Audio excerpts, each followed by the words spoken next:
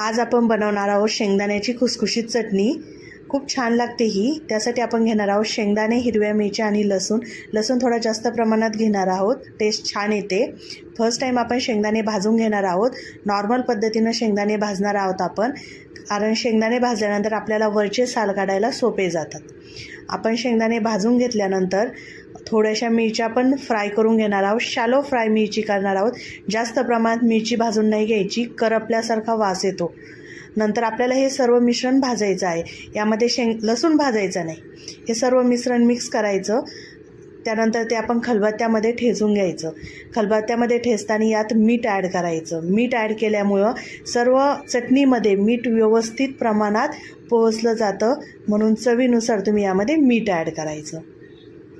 मीठ ॲड झाल्यानंतर आपण हे मिश्रण कुटून घेणार आहोत, जेणेकरून चटणीला छानसा एक थिकनेस येईल।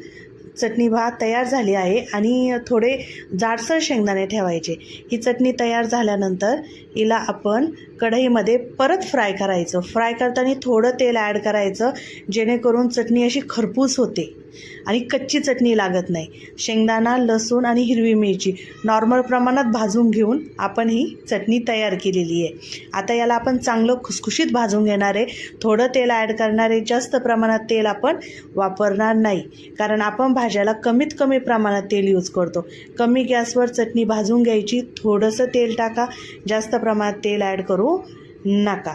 पहा चटणीला कसा मस्त रंग येतोय, मस्त चटणी लागते। बाजरीची भाकर, ज्वारीची भाकर, चपातीसोबत ही चटणी खूप सुंदर लागते।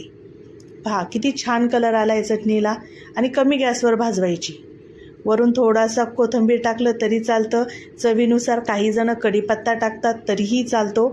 मी थोडीशी कोथिंबीर ॲड करते, पण छान चटणी लागते। तुम्ही रोज जरी भाजीसोबत खाल्ली तरी छान लागते।